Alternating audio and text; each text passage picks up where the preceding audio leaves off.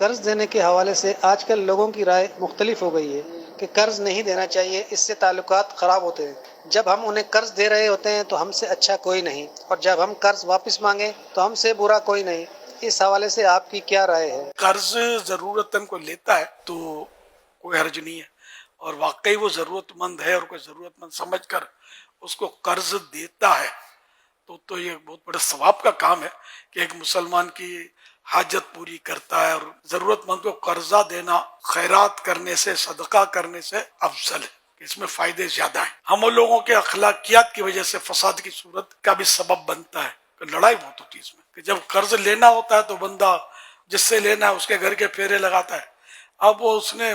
بس دے دیا، اب گیا، آپ چھوٹے پڑے، اب یہ پھنس گیا، اب یہ بیچارہ پیسے لینے کے لیے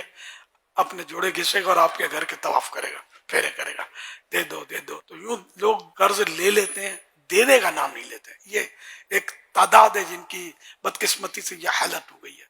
تو یوں مطلب قرض کس کو دے رہے ہیں، اور یہ سوچ سمجھ کر دینا، اور اس کا بہتر طریقہ یہی ہے،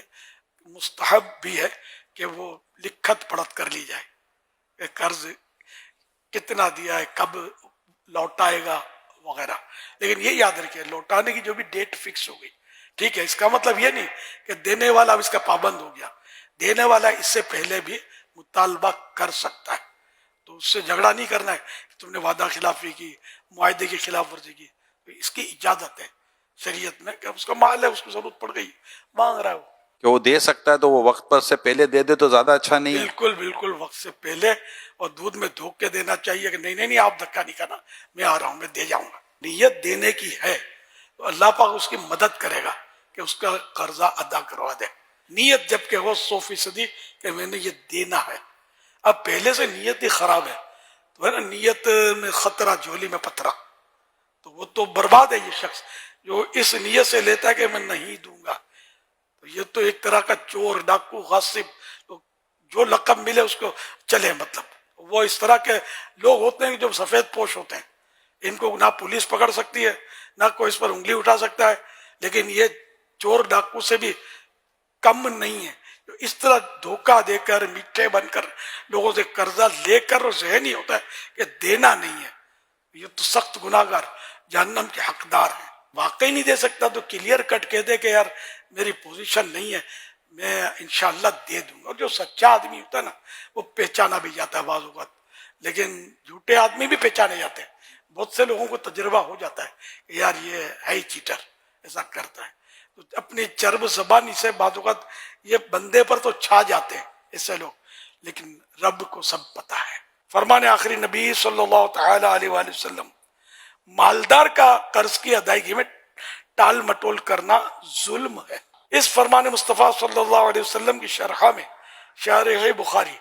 مفتی شریف الحق امجدی رحمت اللہ علیہ فرماتے ہیں، مالدار کو یہ جائز نہیں کہ میعاد پوری ہونے پر قرض کی ادائیگی میں ہیلا بہانہ کرے۔ ہاں اگر کوئی تنگ دست ہے تو وہ مجبور اور معذور ہے، تو جو قرض ادا کر سکتا ہے اس کو قرض ادا کرنا ہوگا۔ امام غزالی رحمت اللہ علیہ نے تو یہاں تک لکھا ہے کہ اگر نقدی نہیں ہے تو اگر اس کے پاس گھر کا جو سامان ہے وہ بھی بیچ کر قرض ادا کرنا پڑے گا۔ تو گھر میں تو اضافی سامان ہوتا ہے، بہت سارا ہوتا ہے،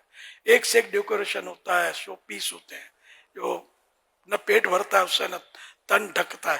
نہ سر چھپتا ہے، خالی لاکھوں روپے کے ڈیکوریشن پیس گھر میں ہوتے ہیں، اور اس کے بیچارے کا 1500 روپے لے کے بیٹھا ہو، اس کو دیتا نہیں ہے، تو یہ بیچ باج کر بھی نہیں دے گا تو امام غزالی نے لکھا ہے کہ گناہگار ہوگا۔ تو اس لیے وہ قرض اول تو آدمی لے ہی نہیں، لینے میں پھر کوئی ٹینشن ہے، لے تو پھر وقت سے پہلے دے دے۔